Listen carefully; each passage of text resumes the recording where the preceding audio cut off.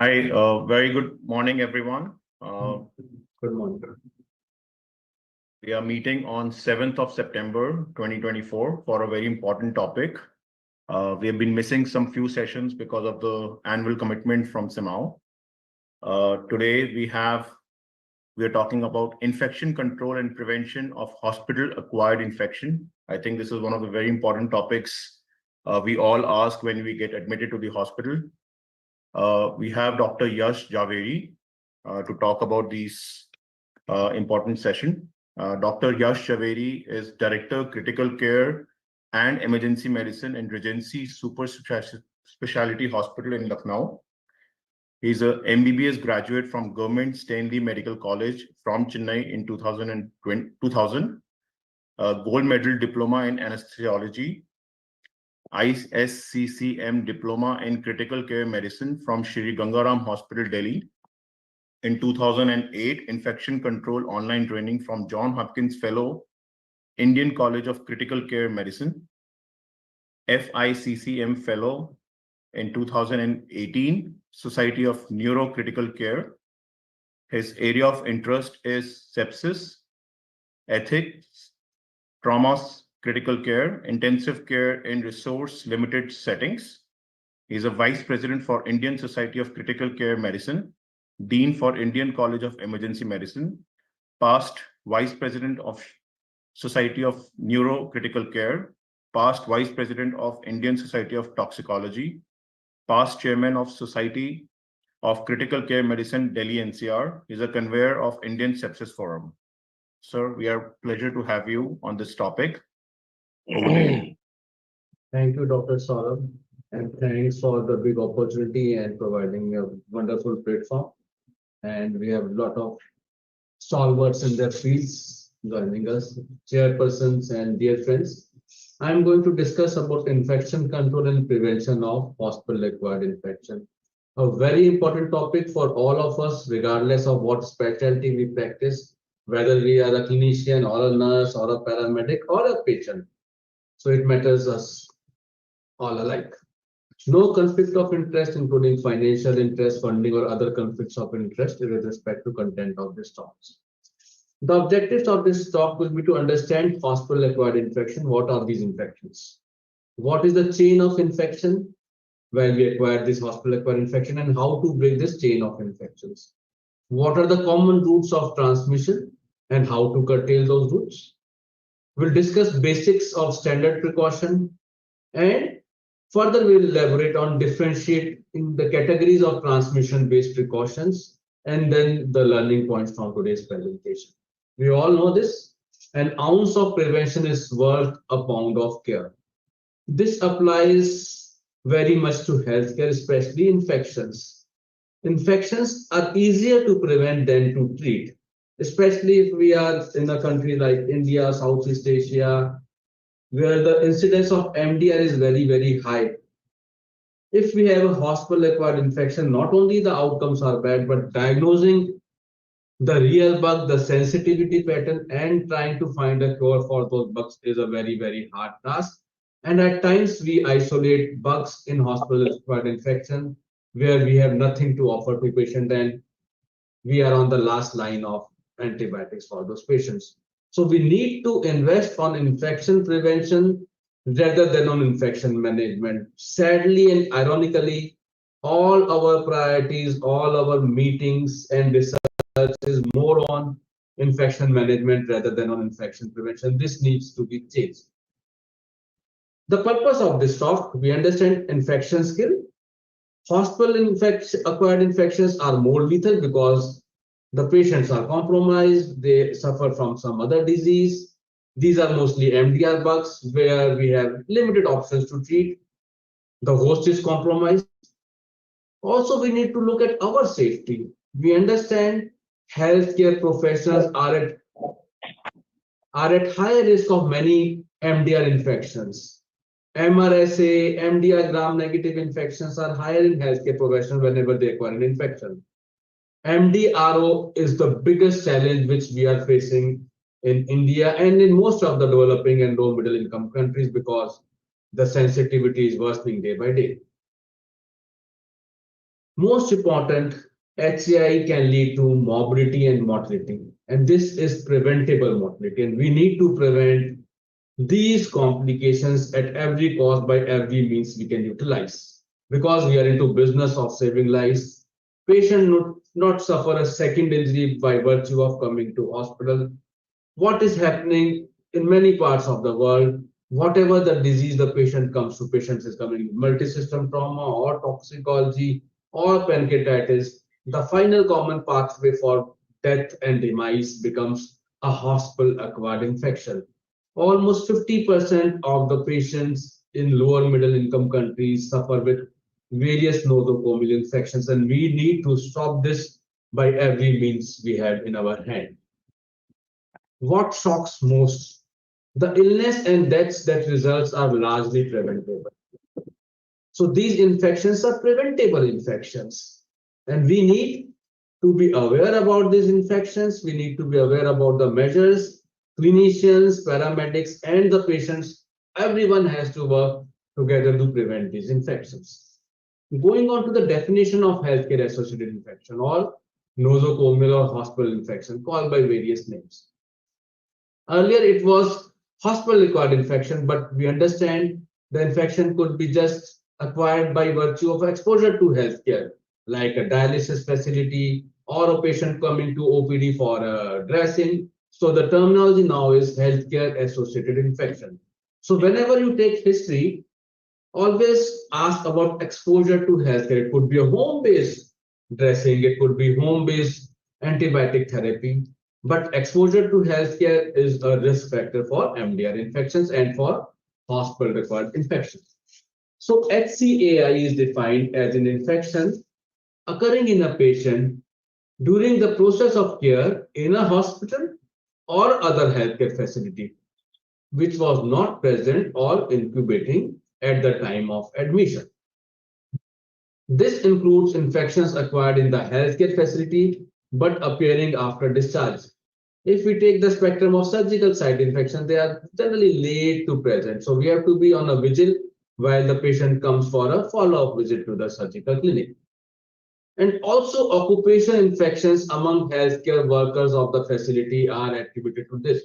COVID, if it was acquired during our duties in hospital, it became a hospital-acquired infection.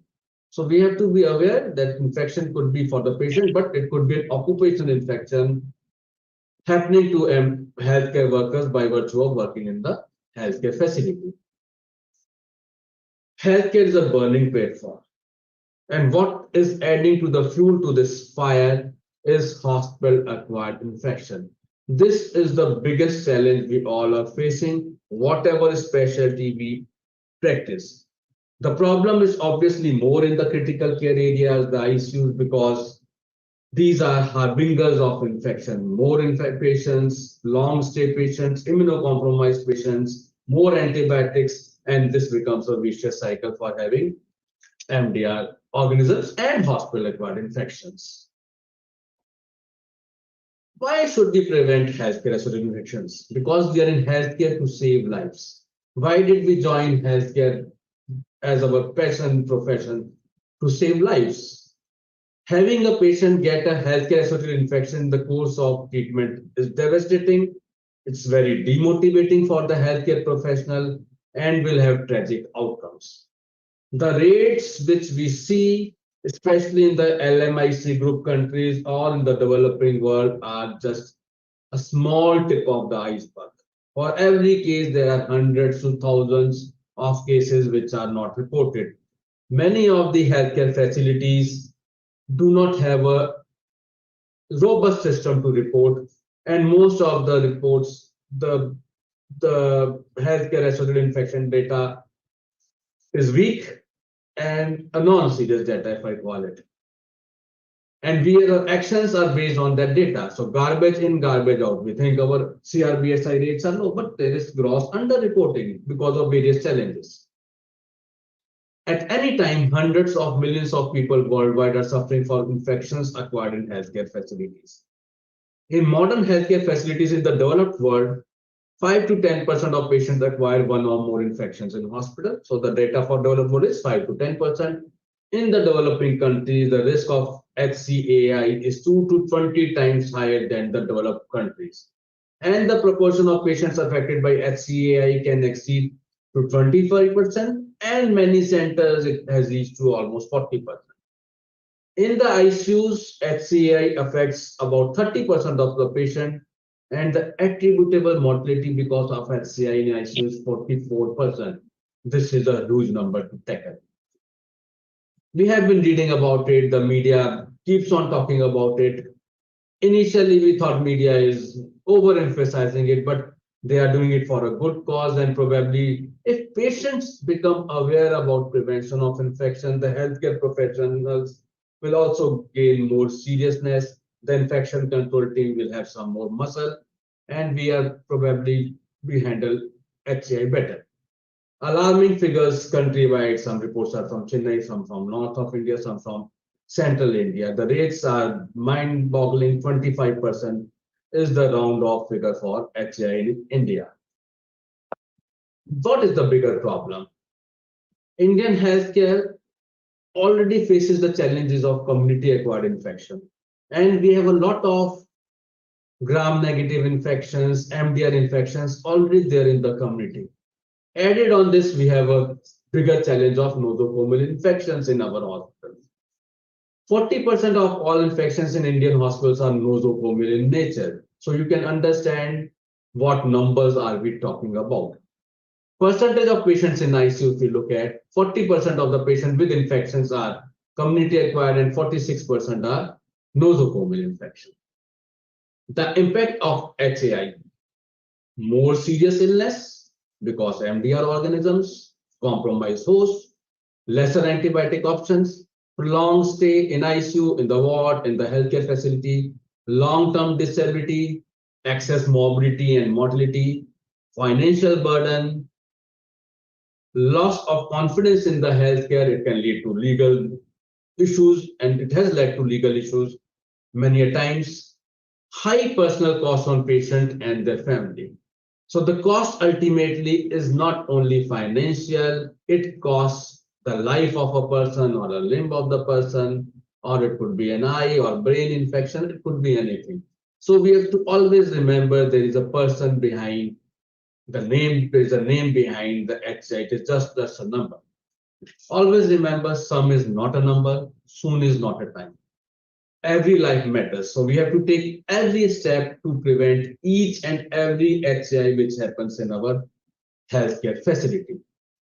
The very first requirement in a hospital is that it should do no harm.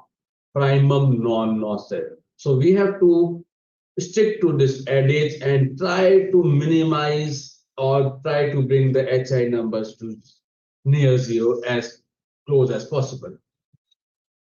The second part of the talk, to understand the problem, the factors which influence the development of nosocomial infection. The microbial agents, they are there in the hospitals. Hospitals cannot be sterile. We cannot make healthcare facilities sterile. If we overuse microbicidal agents, then these microbes will have selection pressure and more resistant organisms will be there. Patient susceptibility, yes, most of the patients in hospital are susceptible. Bacterial resistance, bigger issue in some places. And the environmental factor, the engineering factor. This is what we can control. Good hand hygiene, good air handling unit, proper distancing of bed, sunlight coming into the ICUs, and many other factors which we all are aware about. So these factors are controllable factors, and we should take every effort to control this.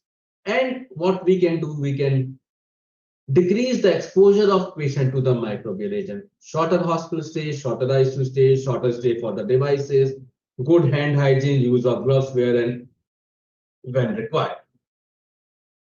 Virulence of agent, wound or devices, immune status of the patient, age, comorbidities. These are the problems which add on to the HAI dimension. What are the common sites and sources of HAI? The biggest problem which leads to highest morbidity and mortality is bloodstream infection. Bloodstream infection could be from a central line or a peripheral line, or at times it could be from a device also like a orthopin. Catheter-associated UTI, the commonest HAI, although it can also have serious morbidity and mortality, but generally less serious unless it is associated with an MDR infection. Ventilator-associated pneumonia or ventilator-associated events, infective events, again a big problem. Surgical sites infection, grossly underreported. Skin and soft tissue infection, CNS infections associated with the EVD. These are the common healthcare associated infections. The source could be endogenous, like activation of tuberculosis, herpes simplex infection, herpes zoster infection, or could be exogenous. Wide variety of these infections are exogenous, bacterial infections, but we understand the gamut of infections are not restricted to bacterial infection. It could be fungal infections, at times parasitic.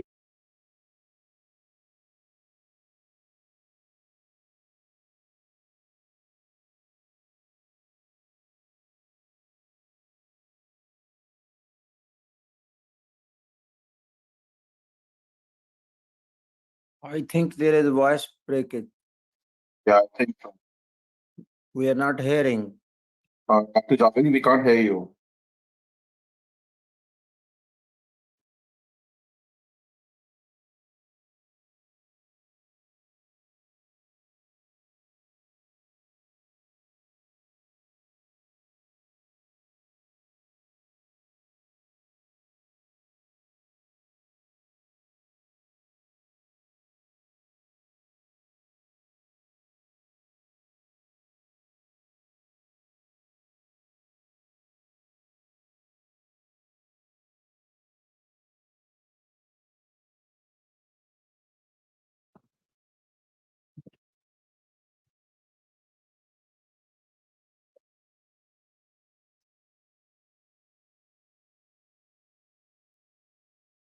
So we are just waiting for Dr. Yeah. Yash Javeri to be Yeah, back. can you hear me now?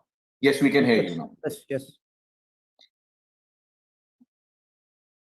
Okay.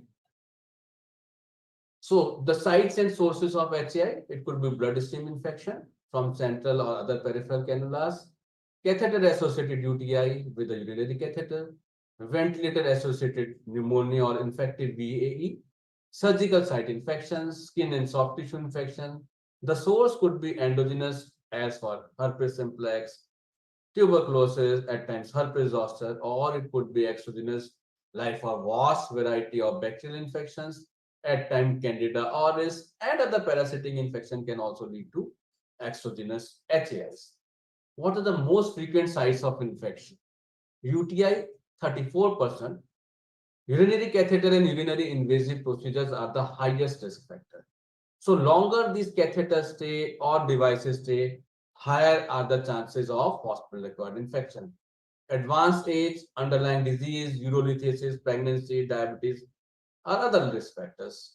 For WAP, mechanical ventilation, aspiration, nasogastric tube, recurrent intubation, poor hand hygiene, poor suctioning technique are the risk factors.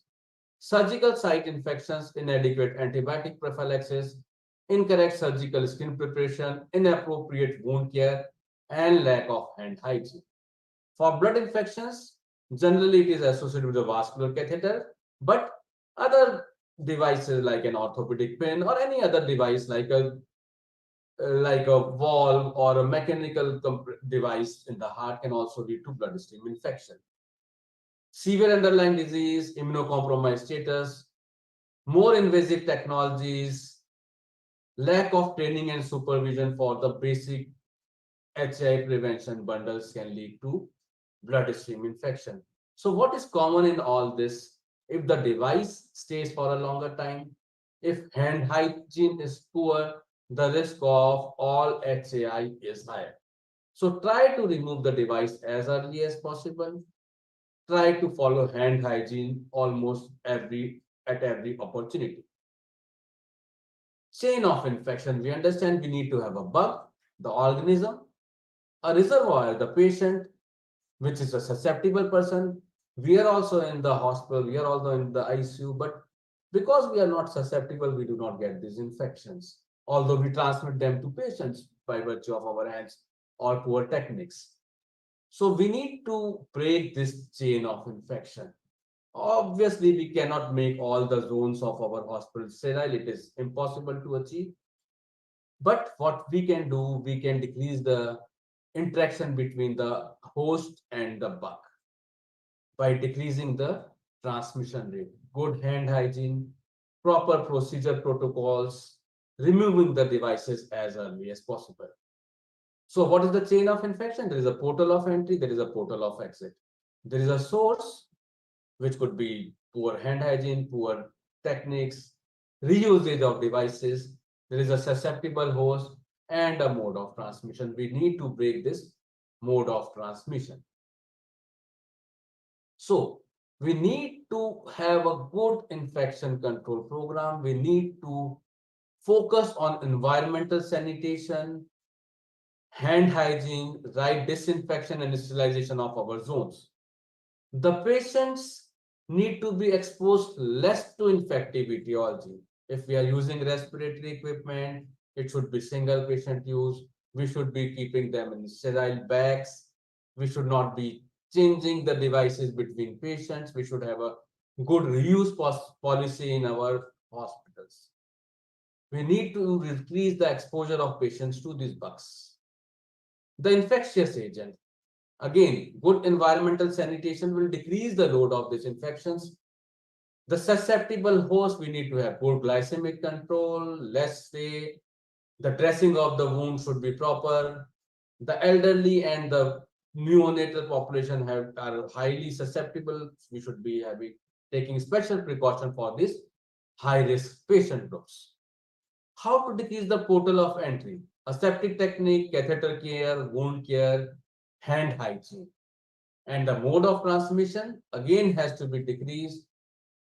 The foremost again entirety is hand hygiene, sterilization, standard precaution, airflow control, proper food handling, isolation of some patients like patients with MDR infections, COVID, open tuberculosis. So these are the techniques to break the chain of infection. How to identify HAI?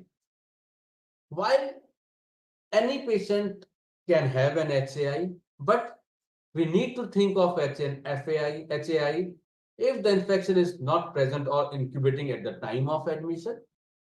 Symptoms appear about 48 hours after admission, but these timelines are not very strict because the patient could have been exposed to healthcare facility before coming to your hospital. Infections acquired in hospital by a patient admitted for a reason other than the infection.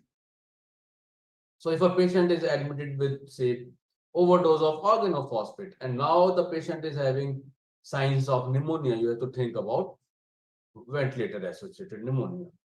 We also need to include infections acquired in the hospital, but symptoms appearing after discharge. Occupational infections among staff of the healthcare facility, like needle stick injury or other transmitted infections which we acquire in the hospital. Sources of infection, it could be endogenous, patient's own flora, we already discussed, or exogenous. Environmental sources, inanimate objects, air, water, or food. Healthcare workers, the hands of healthcare workers, or from other patients. The patient on the next bed can also send you the infection. These are the common exogenous site of infection. Handle of the door, food trays, mobiles, computer, mouse, poor hand hygiene, poor AHU unit functional, poor cross ventilation, no sunlight coming into your ICU, or poor environmental sanitation techniques. All inanimate environmental objects can facilitate transmission. It could be the ventilator knob, it could be the computer mouse, it could be the patient file, it could be the pillow, it could be the blanket which we give to the patient. So whatever we give to the patient or whatever is present at the surrounding of the patients have to be disinfected from time to time depending on the policy and what device we are talking about. So there are three basic routes of transmission: contact, Contact could be direct or indirect. Droplet, these are larger in size than 5 microns. They don't travel long distance. They are not infective over time because they do not travel long distance. Generally, a spatial separation of about 3 to 6 feet, more than 3 feet is adequate. Airborne, they are smaller and infective over time and distance. And we need to have a good AHU facility and good isolation facility to prevent airborne infections in our facility. All microorganisms are implicated, but escape pathogens, escape stands for Enterococcus faecium, Staphylococcus aureus, Klebsiella, Pseudomonas, and Enterobacter. These are the bigger challenges in our facilities. Others, E. coli, Stenotrophomonas, Acinetobacter, these are again organisms leading to a big number of HIs in Indian ICUs. But it could be any bacterial infection or at times fungal infection. So how to prevent these HIs? Again, it can be categorized broadly into 3 categories. Standard precautions, which we have to take for every patient every time, or it could be transmission based or specific precautions based on the mode of transmission of that infection. And we need to follow a bundled approach. CRBSI bundle, WAB bundle, surgical site bundle, C. difficile prevention bundle for all of these infections. What are standard precautions or better called universal precautions? Practices that should be followed by all personnel at all times on all patients admitted to the hospital regardless of the diagnosis and presumed infection status. So these are the holy grail of our practice. Standard precaution, every patient, every healthcare professional, every time. And what are these standard precautions? Hand hygiene, personal protective equipment based on your task and based on the risk of that procedure. Safe injection practice, one needle, one syringe, only one time, and respiratory hygiene or cough etiquette. We need to follow these standard precautions for each and every patient. Also, we need to follow our facility or clinic specific policy. Like for a tuberculosis center, it could be different. For a ILI unit, it could be different. For a neutropenic setting, it could be different. But these are standard precautions which need to be followed each and every time. What are the components of this standard precaution? Again, to re-emphasize, hand hygiene, personal protective equipment, biomedical waste management, disinfection of patient care items, environmental cleaning, respiratory hygiene and cough etiquette, safe use and disposal of biomedical waste, including sharps. Again, a pictorial demonstration of the standard precaution, hand washing, gloves, personal protective equipment, depending on what risk, fluid resistant gowns or aprons, safe handling of sharps, safe handling of waste, safe handling of soil linen, and environmental cleaning. These are simple, consistent, and effective approach to infection control. We need to minimize contact with blood or body substances by utilizing safe work practices and protective barriers. And these precautions apply to all patients. Hand hygiene, we cannot emphasize more, but every opportunity we get, we should emphasize on hand hygiene. Hand hygiene is the single most effective and least costly intervention which can decrease healthcare associated infections. So we need to wash our hands of everything except our responsibility towards our patient. 5 movements of hand hygiene before touching a patient, before clean or aseptic patient procedure, after body fluid exposure risk, after touching the patient or surrounding, and remember the pen, the mouse, the mobile, the patient file, everything comes from patient surrounding and after touching a patient. So remember these 5 movements of hand hygiene. Hands of healthcare workers are the main source of transmission of infection in the healthcare facilities. Hand hygiene is the most effective, easiest, economical, and can be practiced everywhere. If we talk about hand hygiene, it cannot go beyond without mentioning about Ignaz Philipp Semmelweis, father of hand hygiene. He was an early pioneer of antiseptic procedures. He discovered that incidence of puerperal sepsis could be drastically curtailed by use of hand disinfection in obstetric clinic. The term hand hygiene includes hand washing with soap and water, use of alcohol-based products that do not require use of water, more than 60% alcohol, and it also includes no artificial nail, not using gloves for wrong indications, changing gloves between patients if required, not wearing nail accessories, rings and bangles to your workplace in the healthcare facility. Fingernails should be short, clean, best to avoid artificial nails, gels, wrap, extensions, nail jewelry, everything has to be avoided. Hands should be free of anything. Types of hand hygiene, it could be social hand washing, what we do in our homes before eating food, 15 to 30 seconds. Hygienic hand washing, 32 seconds, 60 seconds, what we talk about in HAIs. And surgical hand washing, which is a very procedure hand washing, which takes 2 to 3 minutes. Which technique, hand wash or hand rub? If you have opportunity and time to do hand wash every time, this is the best thing to do. But obviously, we cannot go and wash our hands after every patient contact. It is virtually impossible because it requires more time, need towels to wipe, we have to go to the wash basin, and we cannot have wash basin at every bedside. So we opt for hand rub, which is on the bedside. But remember, if you have a feeling your hands are visibly dirty, or if you have done a procedure, you have changed gloves, better to do a hand wash in between. And if you have used hand rub for 3, 4, 5 times, you have the feeling your hands are dirty and you have that sultry feeling, better to wash your hands in between. But obviously, every patient contact, you cannot go for hand washing. Going on to the transmission-based precautions. Transmission-based precautions are a set of infection control practices which should be followed above and over and above the standard precautions. Should be practiced handling patients infected with infectious agents having a specific mode of transmission, like tuberculosis or COVID or diarrheal illness. Transmission-based precautions are of 3 types: contact precautions, droplet precautions, and airborne precautions.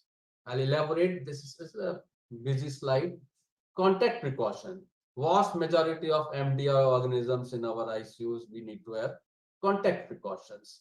Enterically transmitted hepatitis virus A and E, agents of conjunctivitis, contagious skin lesions, Staphylococcus herpes simplex, again contact precautions, agents of diarrheal illness like rota, cholera, C. difficile, again contact precaution.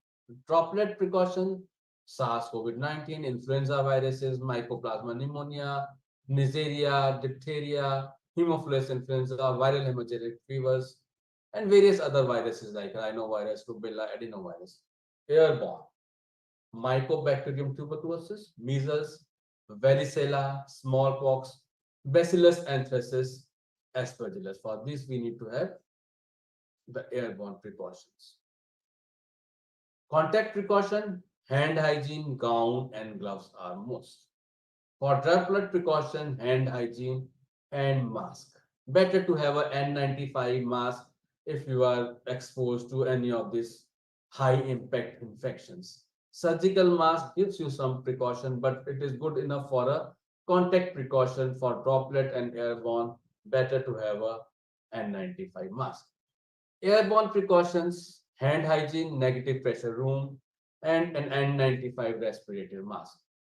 Droplet precaution, many people go on with a surgical mask, but I'll again emphasize these are high risk infections, and if you are treating such patients, better to use a N95 respirator mask. Contact precaution followed when there is evidence of HI transmission by direct or indirect contact during the patient care. Clean your hands, gloves before entering the room, discard gloves after patient care, put on gown before entering the room, discard gown after remove and exit. Use dedicated or disposal equipment. If you are using stat, clean your stat with chlorhexidine, or you can use, there are small stickers which are available for the diaphragm. You change it between patients. Droplet precautions for larger particle more than 5 micron size. Cough etiquettes, transmission requires close contact less than 3 feet. So keep that safe distance between the patients and between the healthcare professional and the patient. They do not remain suspended in the air and they travel short distances. So the control is easier than for airborne organisms. Do not directly cough or sneeze on hand. Use your sleeves or elbow. And whenever you are coughing and sneezing, keep some distance from your fellow healthcare professionals. Wear a mask if you are having an upper respiratory infection or you are coughing. Wear surgical mask to limit the spread. Turn your head away from others and use tissue while coughing or sneezing. Hand hygiene after coughing or sneezing. So this is again interchangeable. Surgical mask or N95 depends on the healthcare facility and what type of infection you are taking. Droplet precautions, again hand hygiene, PPE, we already stressed on surgical mask or N95 mask, respiratory etiquettes, patient placement, single isolation room, or you can cohort. If you have many patients with SARS-CoV, obviously each patient cannot be put in a isolation room, so you cohort those patients. Disinfection of the room once the patient has left that particular room, terminal cleaning. Airborne precautions for aerosols, which are small particles less than 5 microns, generated during certain aerosol generating procedures like intubation, nebulization. They remain suspended in air for a longer periods and they may disperse to a distant places other than at the point of generation along the air current. So the precautions, again, hand hygiene, put a fit tested N95 or a higher level respiratory mask before room entry. Remove the respirator after exiting the room and crossing the door. Door to remain room must always remain closed and better to have an empty room for such patients. PP again to emphasize N95 at least. Patient placement in airborne isolation room. Ventilation, obviously it is impossible to have natural ventilation, but the airflow direction, the AHO should be nicely functional, and whenever you design these rooms, the airflow should be properly checked. And the AHU should be properly cleaned from time to time. PP, we all are aware, but to emphasize eye protection, mask, surgical N95 depend on the level of protection, gown, gloves. Ensure PPE use is rationalized and appropriate. If you're overusing it for wrong indications, again, we are generating a lot of biomedical waste. And whenever we wear or remove, especially while removal of PPE equipment, there is a risk of exposure to the biohazardous material for us also. So use in the right context. Always clean your hands before and after wearing PPE. PPE should be available where and when it is indicated. Correct size, select according to the risk as per transmission-based precautions. Always put on before contact with the patient. Always remove immediately after completing the task. Never reuse disposable PPE and make sure the biomedical waste disposal of PPE is correct. Clean and disinfect reusable PPE between each use. If you are having some policies like for goggles, change PP immediately if it becomes contaminated or damaged. PP should not be adjusted or touched during patient care. So the mortality and outcomes of these infections depends on what type of hospital-acquired infection we are talking about. COTI, the mortality is less. CRBSI and ventilator-associated pneumonia, the mortality is high. CRBSI, it is highest, almost 40 to 50% attributable mortality. Ventilator-associated pneumonia, again, the mortality which is attributable could be of the tune 35 to 40%. This is the frequency. COTI is 33% from the overall share of hospital infections. CLABSI, central line associated blood system infection, 13%, where 15% surgical site infection, 31%. So these are the major hospital acquired infection.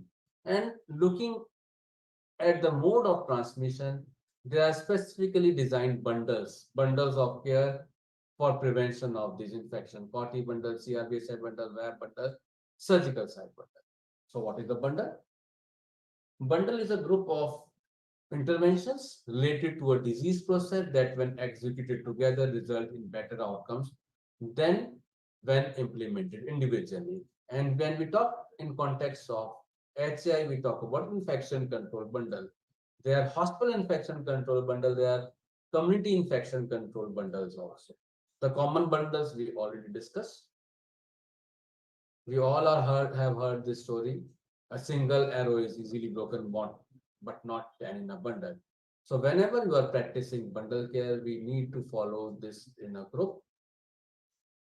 And if we are not able to follow a particular part of the bundle, we should have a very strong reason and we should be documenting the reason why we are not following that particular aspect of the bundle.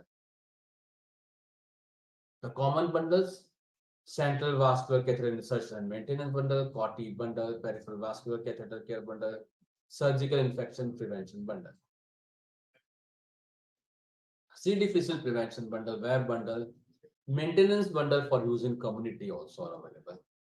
I will just elaborate on one of these bundles for lack of time. Surgical site infection. There is a preoperative phase, chlorhexidine based cleaning, surgical hand wash, and preoperative use of antibiotics 1 hour before surgical incision and repeat if necessary. Intraoperative, good AHU, skin preparation again as per the surgical requirement with chlorhexidine. Intraoperative, the surgeons must change to surgical gloves before they start the procedure. Post-operative, hyperglycemic control, proper hand hygiene. Post-operative, at times you need prophylactic antibiotics used when required. And right post-operative care, especially the wound care, has to be very, very stringent. At the end, I like to mention that infection control is not the job of the infection control nurse or infection control officer. It is everybody's business, and the patient is also a stakeholder of the infection control practice. And we have to have a patient-centric approach for all infection control infection. It is a serious business. The hospitals, the healthcare facilities need muscle and resources. What is happening? We have infection control team, we have infection control officer, but they are overburdened with other responsibility. They do not have any muscle to bite. They are non-punitive. They have no control on the practices, and we need to give them the control and the power. We need to have a kitchen sink approach. Whatever is best for that particular infection should be utilized. I will give you an example of WAB. Our WAB rates about 14 years were quite high. We were obviously bothered. So what we did, apart from the routine WAB prevention bundle, we started using subglottic suction tube, a closed suction catheter with the routine WAB bundle, and then our CRBSI rates came down. Because each context is different, we may be having scarcity of manpower, we might not be having 2 nurses to do an open suction. So better to do closed suction in those circumstances. It has to be multidisciplinary. Each and every stakeholder in infection control team is important. It could be the biomedical engineer, it could be the CSSD in charge, it could be the infection control nurse, an ID person, or a microbiologist.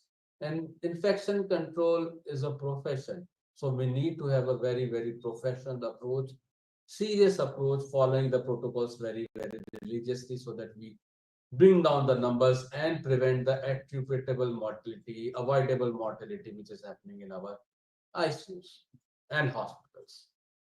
Every breakthrough requires a break with the past, and we need to change our cultures.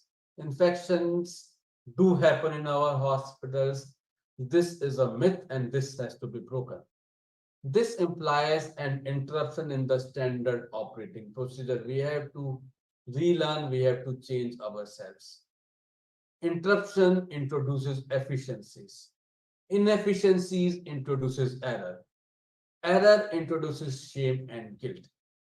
is it any wonder why we resist change? So we have to change. We have to change to improve our healthcare outcomes. We have to change to improve outcomes of the patient. We have to keep our patients at the center of whatever we do. We have to make our healthcare safer, not only for our patients, but for ourselves also. Whatever we practice, same will be practiced when we require it or while we are being exposed in and out to these bugs in our hospitals. At the end, I like to quote late President Abraham Lincoln: when the occasion is piled high with difficulty, rise with it, think anew and act anew. Thank you. Thanks for the opportunity. I'd like to have comments and questions. Thank you, Dr. Yash Javeri. Wonderful session and a very insightful knowledge from your end on this wonderful topic, a need of an hour. I would like to invite members and audience over here for question answers. Before that, I sent a form in the chat box. People who wants to attend the future sessions can fill up the form. And if you want the recording of this session, can also fill up the form with the email address and we can send it across. Once again, as Mr. Yash mentioned in his disclaimer, we don't have any commercial interest in these forums, and these are all free sessions. So if anybody needs to attend the future sessions, we are inviting some international speakers as well.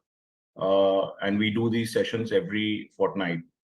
So with this note, I would like to invite members on the board for question answers. I see Dr. Bukhari's hand up. Dr. Bukhari, would you like to ask your question? Thank you so much. It is not answer in question. And first of all, I appreciate Dr. Yash Javeri. Before Dr. Bukhari, just before, sir, can you switch off your sharing screen?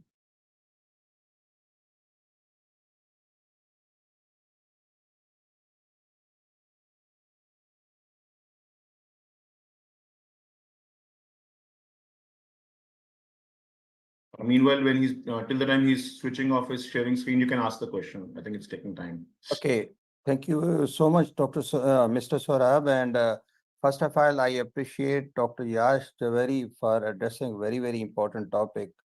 And we usually saw these all problems during our COVID. And you give very beautiful suggestions about how to prevent all these things. And you know, in Pakistan and India, the big problem is the population, and the population, whenever any patient is admitted in hospital here in Pakistan, 5 to 6 people will come to stay with him. And if the hospital administration is not allowing them, there is a fight or something. The very important thing is that the exogenous infection to control. The important thing you told everything, hygiene, personal hygiene, using PPI, use all that, but the education is very important. Education to the patient, education to the patient's relative, patient attendants, education for the for hospitals personals, not only the doctors but also the nurses, also ward boys, and also all other things. So the education is very important.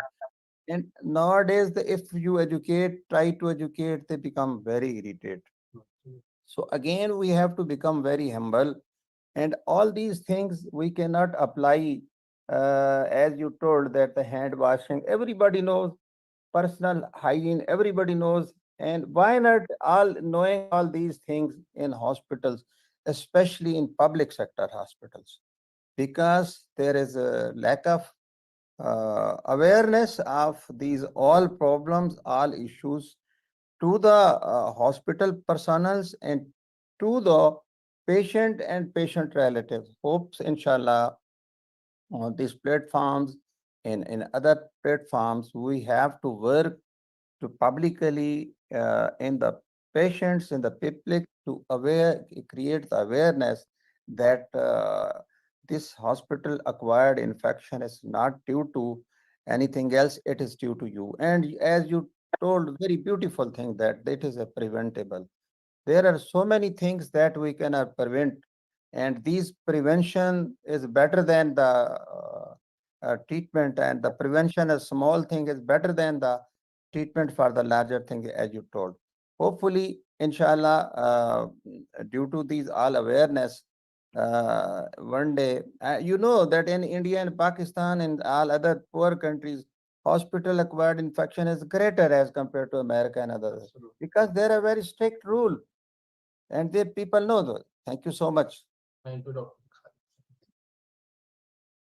Dr. Rani, can you please raise your question? Thank you so much for giving me the opportunity, and hello to Dr. Yash.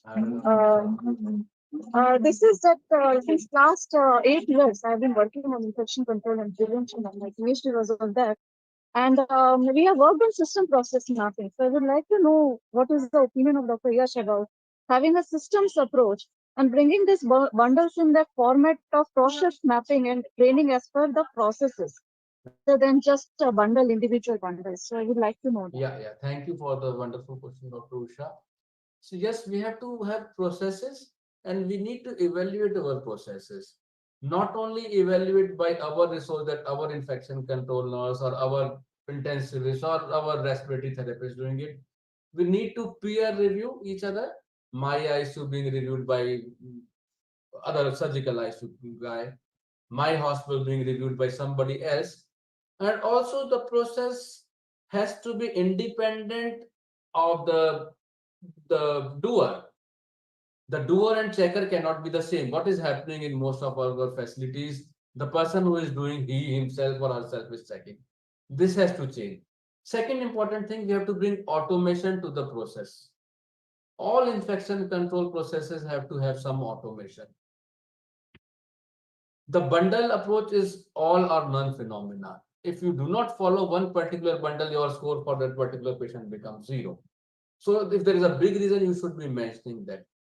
Going on to how to improve our processes, yes, peer review, independent review, our processes being reviewed by some external agencies, and there is a big amount of AI which is coming into it now, like what was prevalent in during COVID, how the PPE was removed or where they should monitor remotely with a camera, CCTV camera.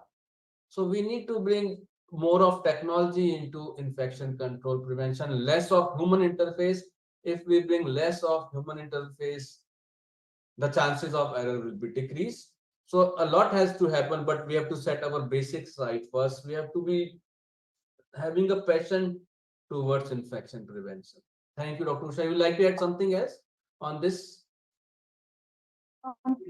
Yes, sir. We have developed a vision for neonatal ICU.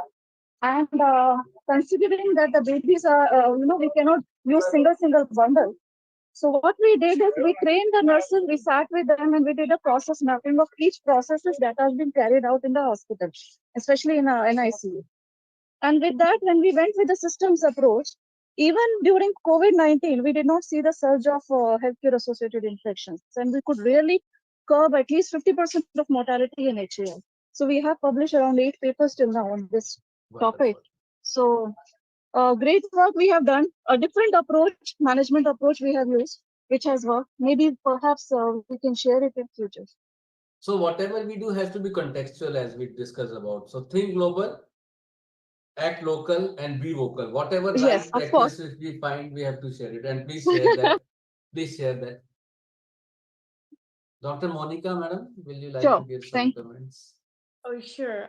Thank you for a great presentation. And it's always nice to revisit the concept of healthcare acquired infection, especially since we all had to learn it together during the pandemic, even if we weren't specifically paying attention to it. Hand washings at the individual level. If we go to restaurants here, you will see signs above the sinks. All employees must wash hands before returning to work. Simple things like that without belaboring, badgering patients and their families, simple signs like that. Text notifications as people are entering a hospital or healthcare facility. If you want to keep your family member well, please ensure that you wash your hand. Please keep surfaces clean. Please stay away if you have a droplet or an airborne, potential infection. And I like what Dr. Usha was talking about with, and what you had mentioned about AI, and that AI can really play a role in early detection of healthcare acquired infections by analyzing data. If you have any electronic health record keeping, that would be great. And looking for patterns or predicting infection outbreaks. Anything that can involve telemonitoring, like you had the CCTV cameras that you had mentioned earlier. I think the more data that is collected, the more granular the information becomes, the more that you can process it. I think then you would be able to compare apples to apples across institutions, because I think the infection risk cannot be applied broadly from one place to another, from one department to another, from an outpatient to an inpatient facility. I think that there's nuances that are unique to each healthcare setting. And then if you have enough centers, enough places that are inputting data, I think you'll have so much information to be able to incorporate AI on a systems level, and then simple techniques like hand washing signs on a personal level. I think that's all I wanted to share, but it was a fantastic presentation. Thank you for your. Thanks for the comments. Thank you. One more thing I'd like to point out here. See, everyone has to be serious. It is not one person's job, as Dr. Monica also pointed out. Second most important thing is, now in India also, the healthcare insurance companies, the TPA companies, they're asking, this patient was admitted with head injury. Now, why should we pay you for pneumonia? They have started asking these questions. And we already are having so many legal suits because of hospital-acquired infections. The scenario is not much different from US, but still we are not that serious about prevention of HAI as are our Western colleagues. The problem in ICU is all our job is undone because of an HAI. We have a serious patient with ARDS, we treat the patient for 15 days, and now the patient has back. And the second hit, and most of the time, when such a critically ill patient will end up with a mortality because of secondary infections.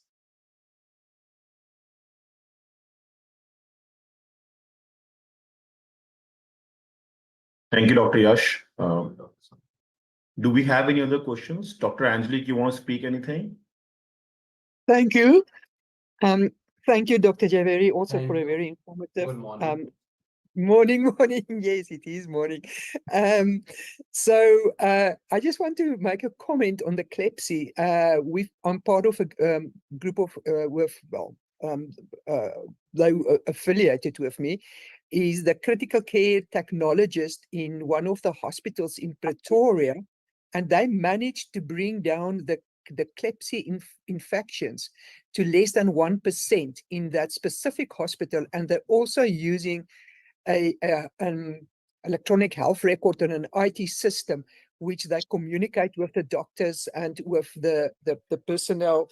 And I must say it made a huge difference in that hospital. And it's so that other hospitals also now are asking them to come and help, especially on the CLEPSI side. So, but it's exactly what you have said. They are following very strict protocols, no long nails, nothing. You need to be dressed. You need to be, the normal, as Monica said, it's lying in the simplicity, and just following the simple rules that's out there, not taking shortcuts. That's how you also bring down stuff like CLEPSI. But thank you so much. Very wonderful lecture. Thanks. Thank you, Doctor. Pleasure to have you. So if you don't have questions, okay, so there's another question on the Facebook, which I can see. It's what can be the government role for preventing a regular audit? So for example, when you set up an hospital, you get, you get NABH certifications and all other certifications. So what is the government and authority roles for making sure that these kind of infections are properly managed at a hospital level? And if are there any penalties or anything which can be implied? One nice question. Thanks for the question. So government is serious about it, although it's not high on their priority as anything in healthcare in this part of the world. But there is some seriousness. There are documents from National Center for Disease Control and Ministry of Health and Family Welfare and all the premium medical institutes about infection prevention. And at times they give free trainings also for all the healthcare providers, regardless of what public or private setup they are working in. The second part is NABH has made it mandatory to have your HAI data, to display your HAI data. Each ICU, if I talk about, each ICU has to display the monthly data of CRBSI, WAP, SSI, and COTI on their display boards for public display. The patients can come and read the data. Oh, this ICU is having CRBSI. But sadly, the public awareness also on HAI is not very high unless the patient is very much aware about the healthcare priorities. He is not into the HAI prevention. Another important thing is the institute has to take HAI prevention seriously themselves. They need to have a political will. If they are politically motivated, the head of institute is serious about HAI prevention, it will happen. If they are not serious, nobody can change the practice in that particular institute. So political will is must at every level, and we need to be stewards for HAI in best of our capacity, individual or a society aspect or from an administrative role. Everyone has to contribute for prevention of HAI. A lot of good thing has been happening on social media also. In fact, mainstream media, television and radio, there are many telecasts about prevention of hand infections, especially diarrheal illness, good hand hygiene. So there have been increased awareness, and there was a paper which was published probably few days back in Nature, where the what was the campaign?